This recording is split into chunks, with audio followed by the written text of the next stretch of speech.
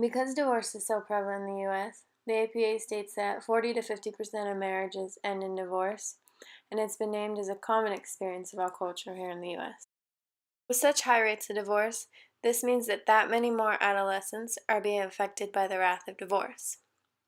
Adolescents who undergo divorced families are likely to be at a disadvantage for mental, physical, educational, and social problems.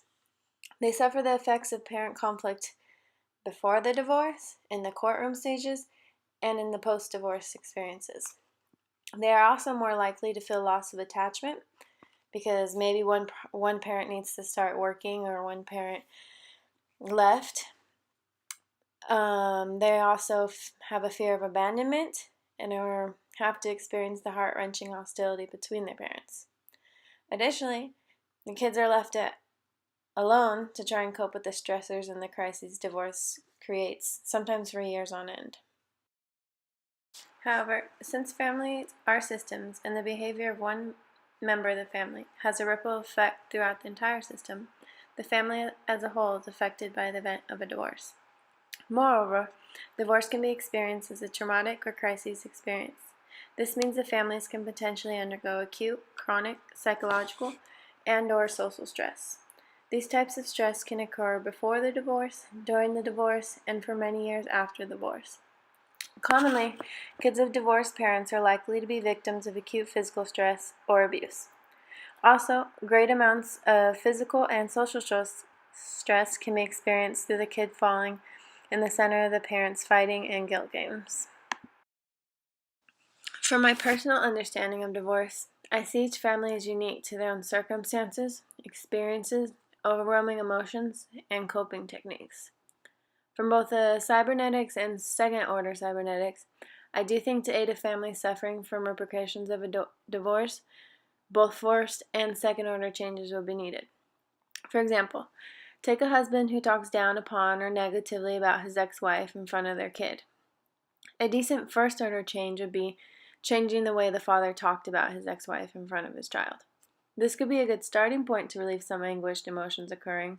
However, a deeper, more lasting effect would be that the husband change his belief in talking about his wife. This could be that if he has something negative to complain about his ex-wife, he would only see it as appropriate to do so to other adults and not in front of his own child. In relating these aspired kinds of changes, I will speak about my overall goal of my therapeutic model.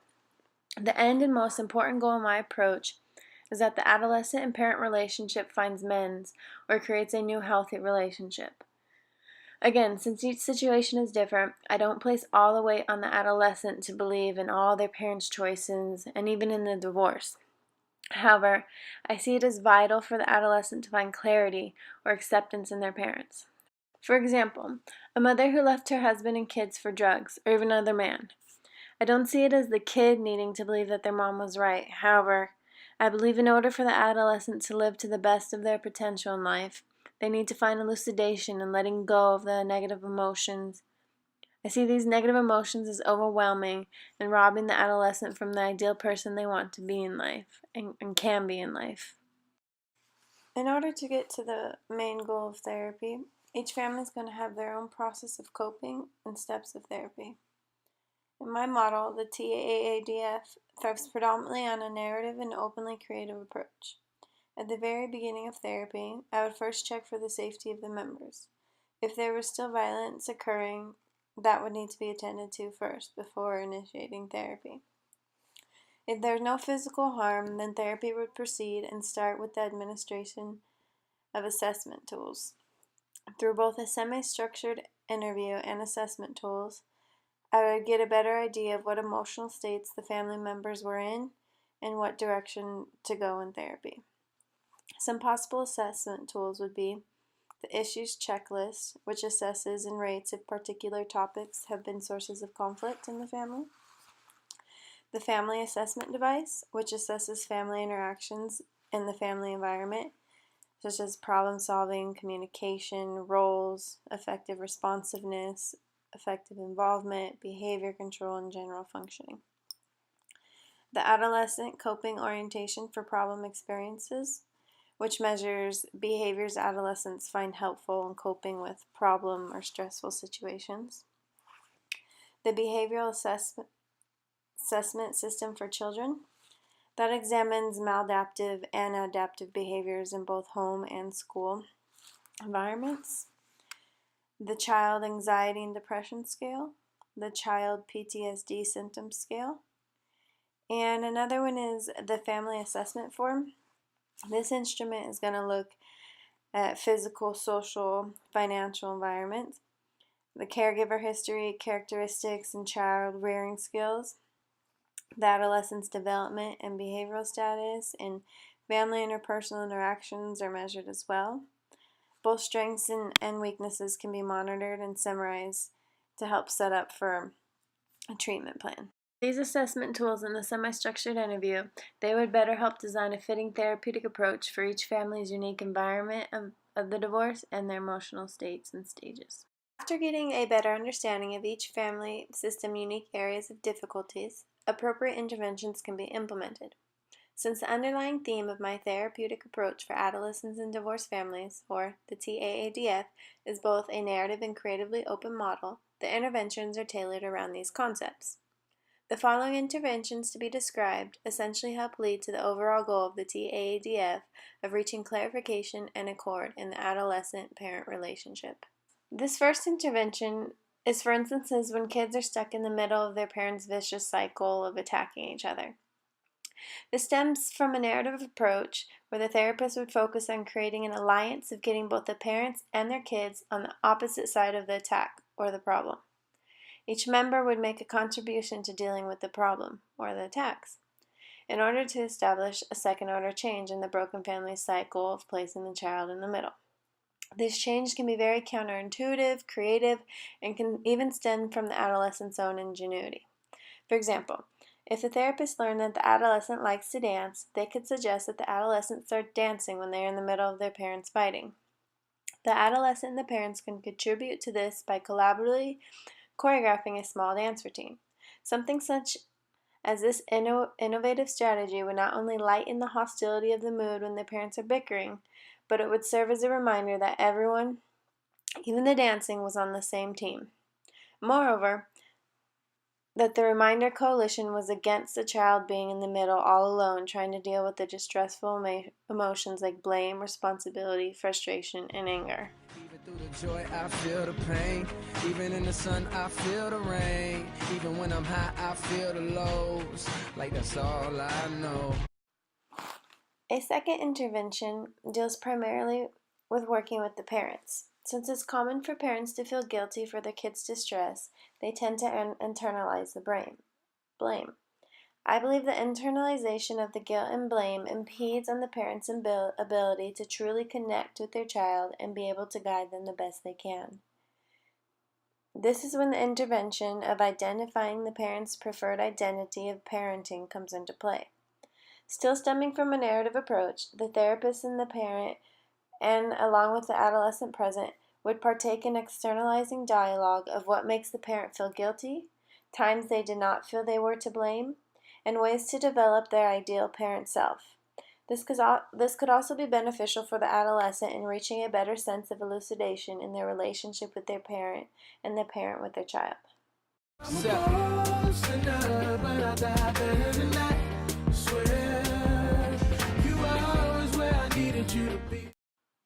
A third intervention is when the adolescent and the parent lose contact with each other.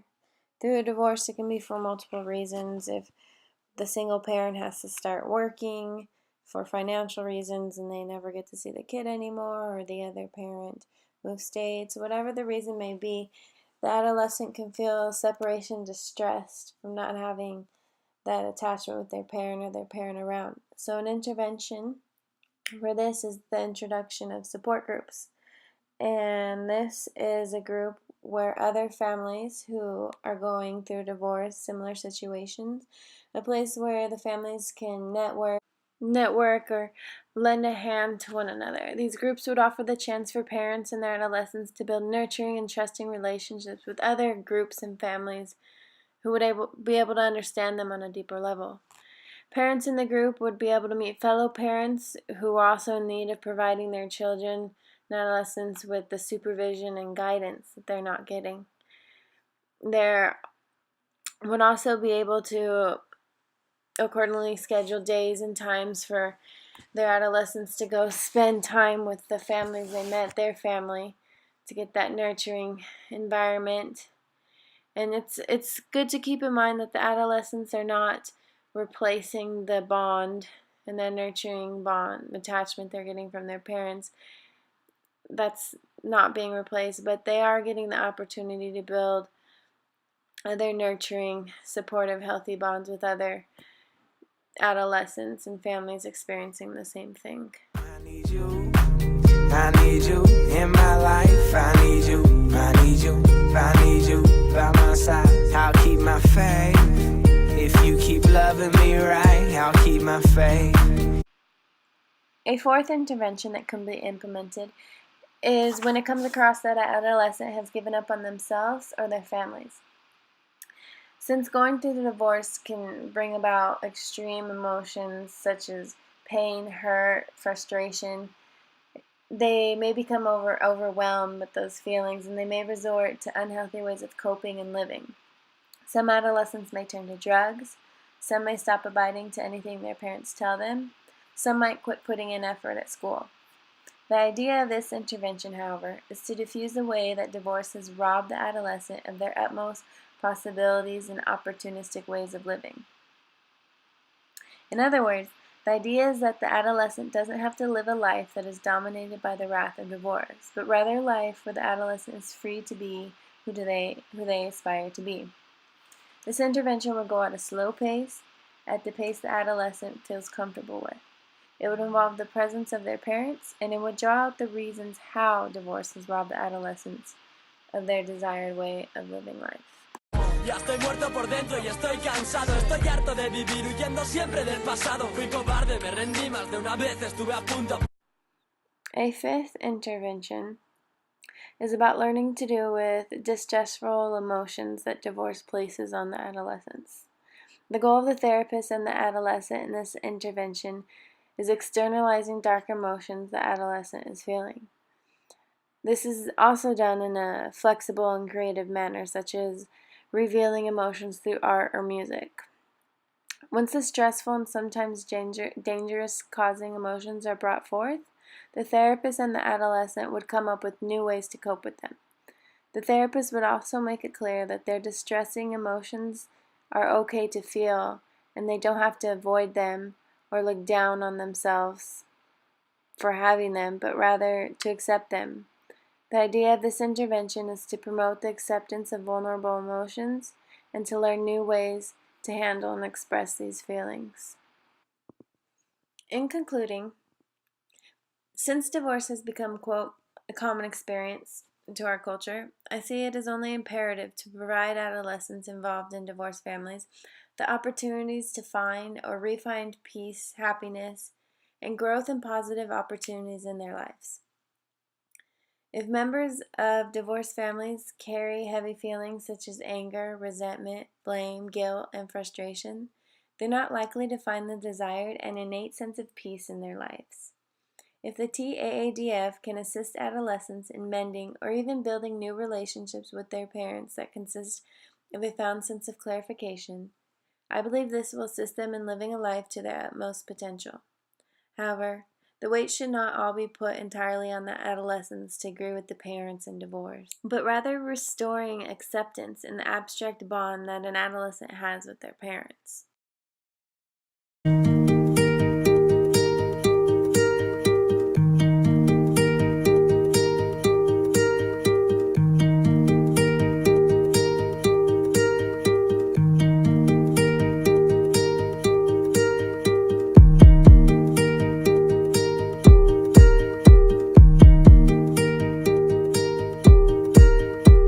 Don't need no makeup, don't need no mirror, don't need